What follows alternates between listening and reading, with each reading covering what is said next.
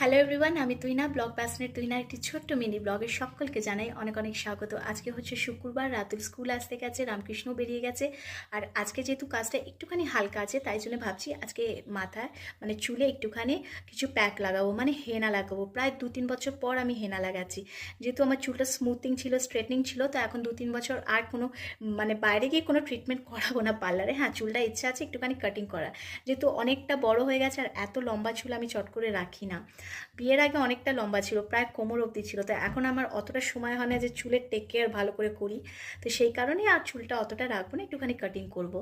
আর বাড়িতে কি কি ট্রিটমেন্ট করছি, কি কি করছি না, সেগুলো আমি আপনাদের সঙ্গে ছোট ছোট ব্লগে শেয়ার করব।